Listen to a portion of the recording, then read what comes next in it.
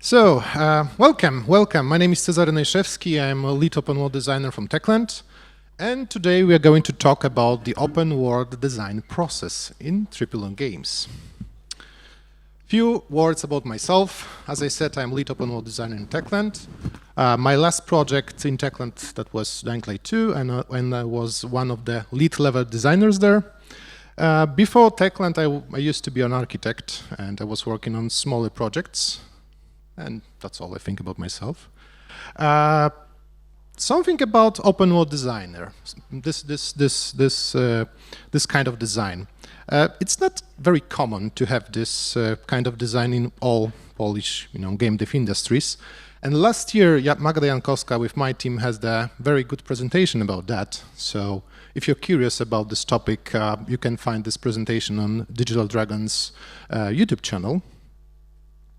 But of course, I will tell you something about that, right? So, long story short, we co-create the game world and we design this all things that player do when he's not involved in any quest or something like that.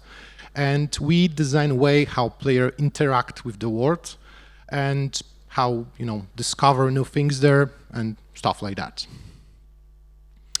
What we will end the meeting with, this meeting, we will have high-level open world concept of the game. We will talk about glue that connect all of the elements of the open worlds in our game. And generally, I have few universal design hints for you, design rules for you, that you can use not only in open world design process. And very important thing, we finished the Dying Light 2 2 years ago, so I will not talk about Dying Light 2. I can't say anything about our new project, so for this specific presentation, we are going to design our own game during this presentation. And what kind of game it will be? It will be, of course, AAA, of course, open world, and it will be a mixture of the action, adventure, and RPG. Core mechanics are close and long-range combat, stealth, magic, and of course, because we are Techland, parkour. This is part of our DNA, right? So, what kind of world, where this all things is happening? In the fantasy world. And of course, you need to save this world. This is fighting for the future of the world. This is like conflict between evil emperor and world of the good elves. And the key is the ancient power that you can find around the world. And this is something that this evil emperor wants to collect to conquer the whole world and be the most powerful person in the whole universe. And we have some conflict between our protagonist and evil emperor. The main character has a knuckle that is very important for the emperor, because this knuckle can collect the power, and because of that, the emperor really cares about it. And here you can see our characters that you were able to meet in this presentation. We have our hero, we have our evil emperor, bad goblins, good elves, neutral animals, and a designer. Designer is not a part of the story, but you'll be able to see him during the whole presentation. So, what type of open world game do we do? To answer this question, we need to know our player. And if we want to know our player, we need to know his expectations. Means what form of involvement does he expect? Because if we want to focus player attention, we need to meet expectation regarding the form of involvement. That's pretty obvious. If you think about form of involvement, Marc Leblanc's clarification of this form is quite important, let's say. And we have few forms of involvements. We have submission, discovering, expression, fellowship, challenge, experience, fantasy, and narration. And let's talk about it very fast. Submission, this is for people they just after work they want to sit on the couch, switch off the brain and just relax. Discovery, this is something quite important for us, for open world designers, and this is for the people that want to discover something new. They are curious what is on the opposite side of the river. This is a great example. The Legend of Zelda, Breath of the Wild, for example. Great example of this kind of game. Expression, for people that want to create something inside the game. Minecraft, Garry's Mode, Sims when you build the Sims games when you build your own house. This is this kind of game. Fellowship, for all players that really want to be a part of the group. They need some relationship with other players or relationship with companions in the game. Challenge, one of the most common one. If you want to, beat some opponents, solve some puzzles, this is for you. Sensation, like sense pleasure, for people that expect some beautiful views and great music in a game. Fantasy, means to take the player to another world, to discover something completely new, something completely different than our world. And narrative. So we want to participate in very specific linear story that the story should be quite interesting. And generally in the games, we try to mix this form of involvement, right? Because we want to support needs or many type of the players, because we do games for wide audience. For example, challenge, discovery, and narrative. And exactly this form we are going to use in our game. So, is that all? Do we have all information to start designing the game?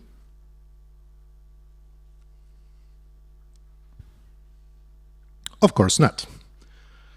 But let's summarize what we know. We know our pillars. We know what kind of game we do, we know our lore, and we know our player profile.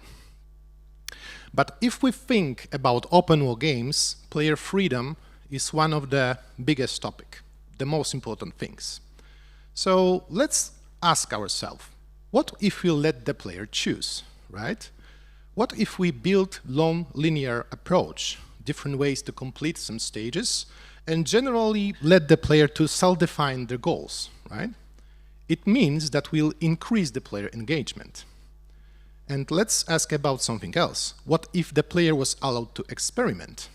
For example, we are going to build some mechanics that player can use in his own way to finish some tasks. Again, this is something that increases the player engagement. So if we know our great friend, like player freedom, we need to think about our great enemy, player frustration. And frustration often results from helplessness, and helpless results from many things, but two the most important is mismatched difficulty level. Something can be too easy or too difficult for the player, or misunderstanding. So feeling that player doesn't know what to do and what you expect. And this last aspect is very often connected with assumption trap. Everything what is obvious for the designer is not obvious for the player. The player has no knowledge that you have, dear designer. So for a player to get involved, he or she should know what to do and see the possibility of doing it. This is very important. And well-designed challenge focuses the player attention on the key element and pushes aside the less important one, right? So if you do this, you need to do this. You need to have a goal. And this goal has to be clear. And what does it mean exactly? Like, what's the goal? And the goal is not only objective. This is not something that we're going to show on the UI, like short instruction. This is generally information that player has in his head, and on the basis on which he builds his action plan. That's the goal. But as I said, this goal has to be clear. So you need to be sure that player knows answer for these four questions. What should I do? How do I have to do this? Why am I doing this? And what are the conditions of success? And exactly this logic, right? These questions fits to all kind of goals. Long-term goals, finish the game. So in our case, defeat the evil emperor. Medium-term goals, so complete some quest or complete some open world activity, and short-term goals like short actions that player do in your game world. For example, take a part in an encounter. Quick reminder about what kind of game we do. Once again, AAA, FPP, action adventure, core mechanics are close and range combat, stealth, magic, parkour, and because we need this information to think about our goals. So we know our main goal. Our main goal is to finish the game. And probably we agree that main quest helps you to finish the game, right? You need to finish the main quest to finish the game, quite often, not always. And we have character progression, another thing that helps you to finish the game. But at the same time, in every game, we have something like the side goals. So for example, side quests, and here, that's the place for the open world design. And these two things, and generally side goals, are connected with the elements that lets you to finish the main goal, like for example character progression and a way how you are able to complete the main quest, but they don't connect directly with the main goal. So, is that all? Can we start process of designing specific loop and specific activities? Of course not. Because we can build much more connections, right? We can say, okay, maybe main quest should influence elements of the open world, and this is generally a great idea. Because open world, this is something that you have everywhere, right? So if you have, let's say, very important decision in the main story, and you want to show long-term what is going on in the world in the long term, it will be great to show this in the open world, right? Because this is something that player will be able to see all the time. The same with the side quests, right? You can say, maybe my decisions in the open world should influence the side quests in the opposite side. Why not? So right now we are ready to build the open world content. And we are going to build three things: activities, encounters, and AI life. But first of all, let's think about rules for the open world content. As I said, they're optional. They were on the side of the side goals of the game, right? They should meet different player expectations. We know something about players' expectations right now. They support player freedom. And in this case, our approach is, let's say, quite clear. We want to say that we have more than one approach to the challenge.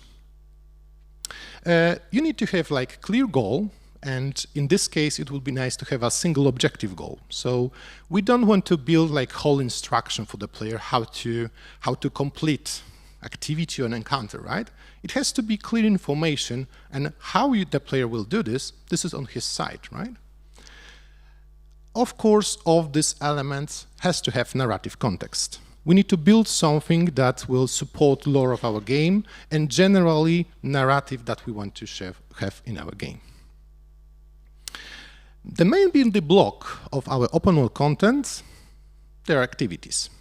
And of course, the activities, all the rules that I just show fit to our activities, but activities have something else, right? They need to have, for example, template structure, because we want to have many activities quite similar to each other around the world, so we will not be able to build them manually, like handcrafted every single activity, right? So we need to prepare template structure for them.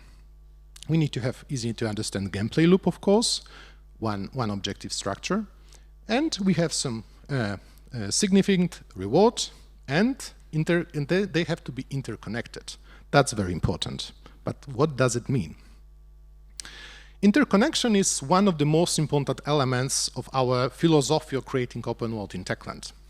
So elements of the open world should address to each other, right? This philosophy should support flow. What does it mean? So if you, for example, complete first activity, another activity should change. For example, you're not able to complete the second one when you don't complete the first one. If you do something with a second activity, maybe they will unlock, I don't know, some pool of encounters, for example, and resources from this pool of encounters you can use in the first activity to finish it, and once again, go to the second activity. So as you can see, we have very, very simple loop here, but something that describe the whole logic very easy. And this approach This approach is quite important because we want to be sure that player understands what is going on around him and he analyzes the world. We want to be sure that he's involved, right? So he analyzes what is going on, he's going to plan their next steps because he wants to achieve the final goal. So let's design the first activity. It will be Goblin Fort. So pattern that you know from many, many open world games, but fits perfectly because you understand this pattern properly. So, in strategically important locations, goblins build their forts to control specific areas of the world. Groups of the goblins set out regularly to patrol the world and search the power. Excellent description. So we have our narrative context, right? So the emperor constantly sends new goblin units to conquer the world. We need to have our clear goal, one objective clear goal. So our goal here is to destroy the fort. And you have more than one option to complete this activity. You can kill all goblins or set in fire, kill buildings. Why not? You have many approaches to this challenge because you have, of course, our close and run combat, you can stealth, you can maybe use magic. And this activity support player expectation challenge. At the same time, we need to plan some reward for the player. Let's say that it will be equipment and some kind of influence of the game world. But one activity is not enough to build the loop, right? So let's think about another one. If you think about activities like forts, towers, and temples, this is something that every game has. So let's think that we will have temple of power. And again, sources of power are located inside hidden ancient elves' temples. However, finding such a temple is only the beginning. The door of each temple were sealed 2,000 of years ago. So probably you understand you need to go. You need to go inside to this temple to gain the power. But if you want to do this, you have two options. You can solve the puzzle to unlock the door, or you can find a passage through the collapsed parts of the temple, probably use your parkour skills and magic, and try to find the access to the center of the temple to gain the power. This activity supports more form of involvements, challenge for sure, but we have discovery and narrative. Why? Because as you see in this description, you need to find this temple. You don't know where exactly it is. You need to find it, and you need to find access to the central part of this temple. So we need to look around, right? But if you need to look around, and when the tempo of this activity is completely different than the previous one, pacing is different too, we have some space and possibilities to use our narrative tools. For example, environmental storytelling, we can leave some notes or whatever we want. And this specific activity is connected with character progression. Next thing that we're going to talk will be encounter system. But before we start talking about encounters, we need to talk about dynamic systems. What does it mean that the system is dynamic? So it means that the system allows for dynamic spawning and modification of in-game content, right? So in runtime, you can change, for example, I don't know, amount of specific type of opponents in some area. You want to change them to different one, you can do this. You can change, but this is not only about enemies and NPCs, you can change whole part of the map if you want to. And all of these things you can do in runtime, and you can do this using, very simple tools. One change in the script, job done. Of course, it helps to save resources because you don't need to do this manually, right? But if you want to build a good dynamic system, you need to know about pluses and minuses of the system. It has to be planned long term. It has to have modular structure, and at the same time, you're not able to build the whole game based on the systems. And as I said, encounter system is one of the dynamic systems that we can have in our game. So you can dynamically spawn in a systemic way encounters in our game world. They need to have template structure because we want to spawn one type of encounters many times, right? They are time limited, so if you be in the same place, I don't know, hour later or 10 minutes, probably you can expect something different in this place, right?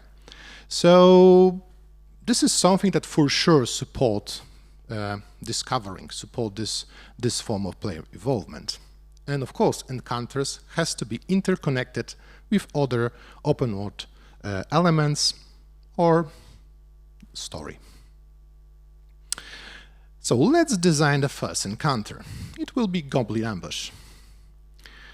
Every day, hundreds of goblin patrols roam the world in search of the power. They are also hunting the hero whose knuckle is filled with the power. They know that they have no chance in a direct fight, so they set numerous ambushes. Okay, so we know what they do, how they do this, why they do this. It fits to our narrative context. Of course, player has a lot of options, you know. You can find with them, you can try to avoid them using, for example, combat, for example, parkour. We support player expectation like challenge and discovery, and let's say that in this specific encounter, player will be able to collect some resources and equipment.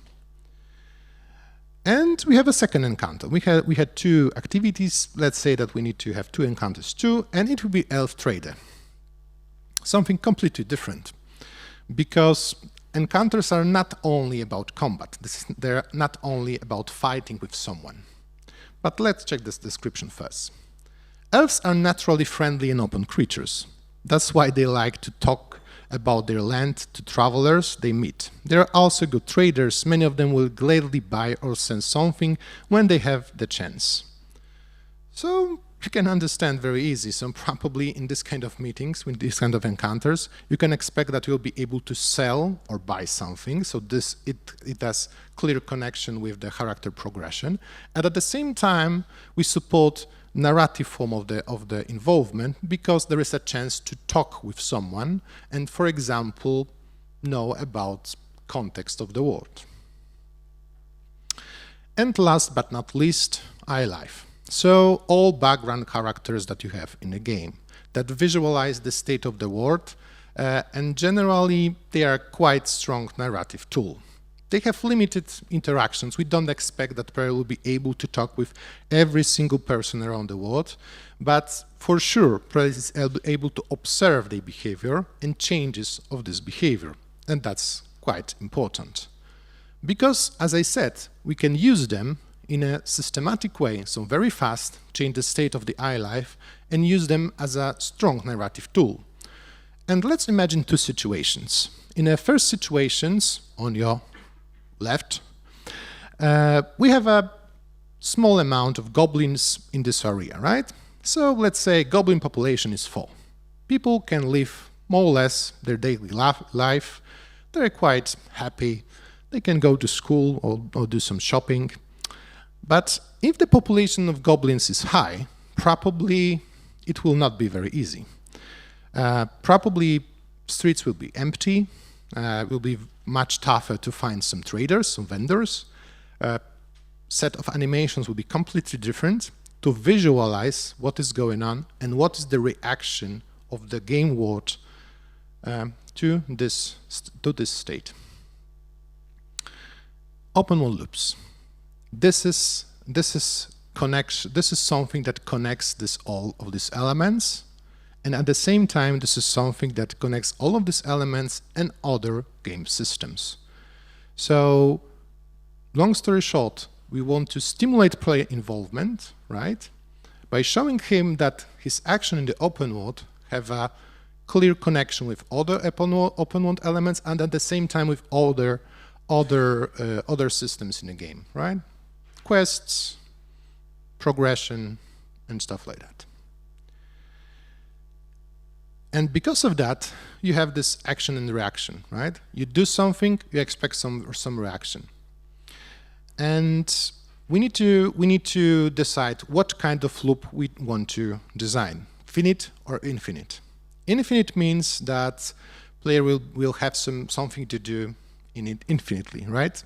So we will spawn encounters, we'll spawn challenges, activities, all the time, just for the player that expect to spend a lot of time in your game, and they have they feel very well with the basic mechanics that we have, and they just want to kill someone or do whatever we have in a game. And we have finite, so you're able to finish all elements that you can find inside the loop.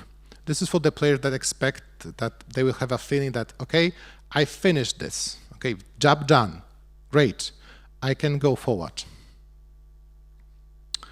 And that's the graph that shows very, very, very basic open world loop. So these two activities and one encounter that has been connected. You know this from the previous graph, but right now I've added some additional elements. So the first activity can not only influence another activity, but maybe some state of the art life. At the same time, it's connected with the progression, because if you do something with this activity, probably it will give you some XP or power, right? In another case, the same. We have a connection with the progression system. At the same time, we don't have only one pool of encounters, but we have another that is not connected with the first activity. Summary. We know our game genre, we know our lore, we know what form of involvement we have. At the same time, we know our activities. We have Goblin Fort, Temple of Power, encounters, Goblin Ambush and Elf Trader, and different states of the art life. We know what the open world loop is, and we defined our goals like long-term, medium-term, and short-term.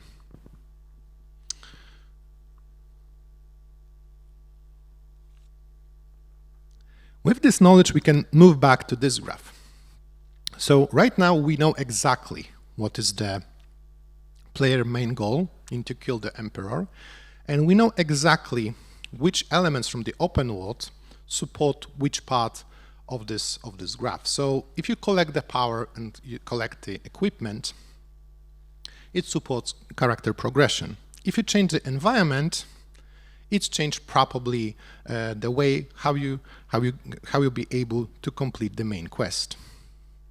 But at the same time, we can add much more connections between these elements. For example, change of the environment probably will change the way how you're able to collect the power and or collect the equipment. And this is what we will see in the next slides. So we are ready. Let's connect these all elements together and build open world loop. And our loop looks like that. But let's analyze it step by step. We have infinite part. Inside infinite part, logic is very simple. We have some amount of time, and every amount of time, system will check, have you reached the maximum number of goblins, right? We have maximum amount of the goblins around the world, system will check it, and if we have a maximum amount of goblins, nothing will happen. But if not, we are going to increase the number of the goblins, right? And we are going to spawn new goblin fort in the world, right? So our player has something new to do. And we have the rest of this part of the loop, because where the player will explore the world, he can find the goblin forts, right? Finish this activity, reduce the number of the goblins around the world, and for a short period of time, change the status of the world. At the same time, this activity will give him some equipment, so it will have a direct influence to character progression. But we need to remember that you're not able to finish game when you will find with goblins. Our game is about power. So the left side, the red side, that was infinite loop, right? This is something that was going on, and something that from narrative perspective shows very well that you're not able to win. You're not able to win with the evil emperor when you will fight with their soldiers. You need to fight with evil emperor. So if you want to fight with evil emperor, you need to find Temple of Power and collect the power. But we have added something else here, because Every time when you go to the temple tower, we are going to check the status of the ward. We are going to check how many goblins are there in the ward. And depends on your way of play, so it depends how big is the amount of the goblins, we are going to add extra bit to this activity.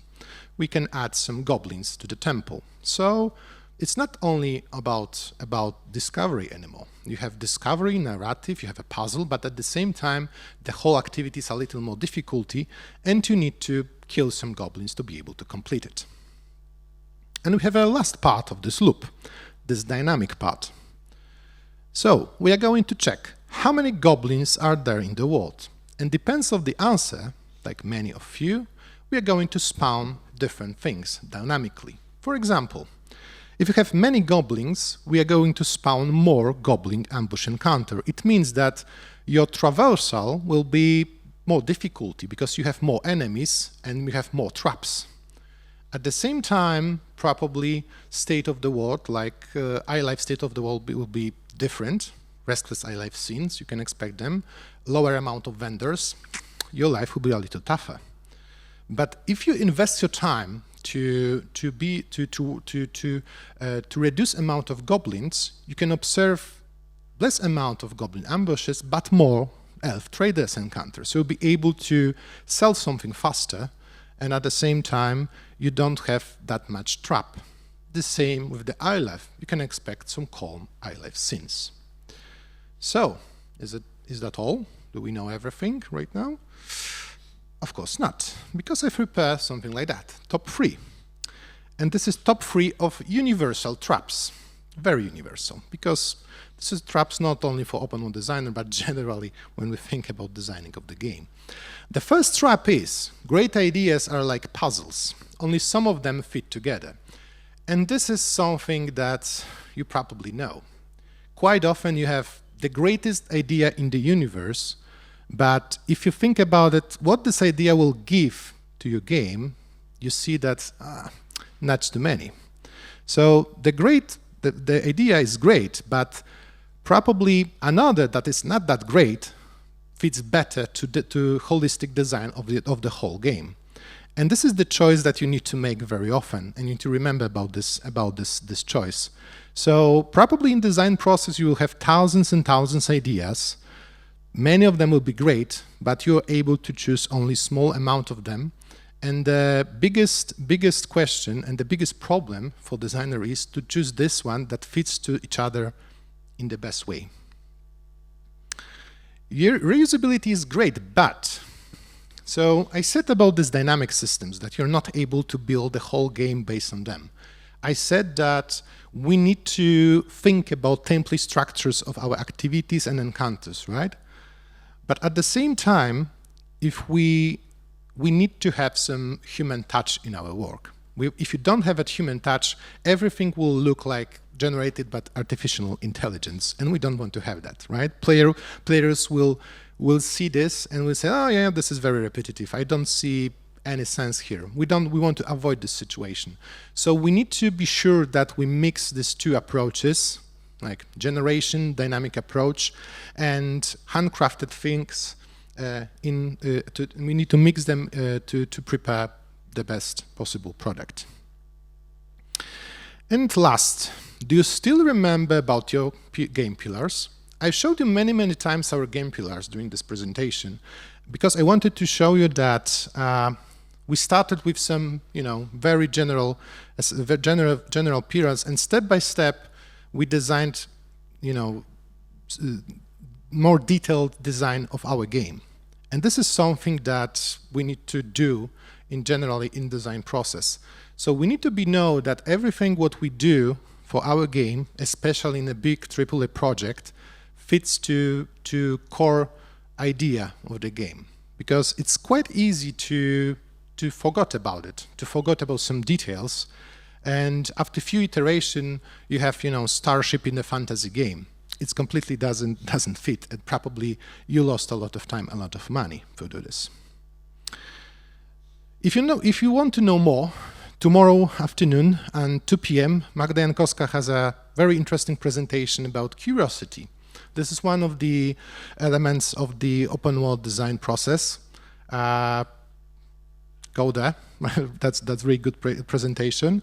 2 p.m. once again, Activision Hall. And I need to ask you once again, is that all?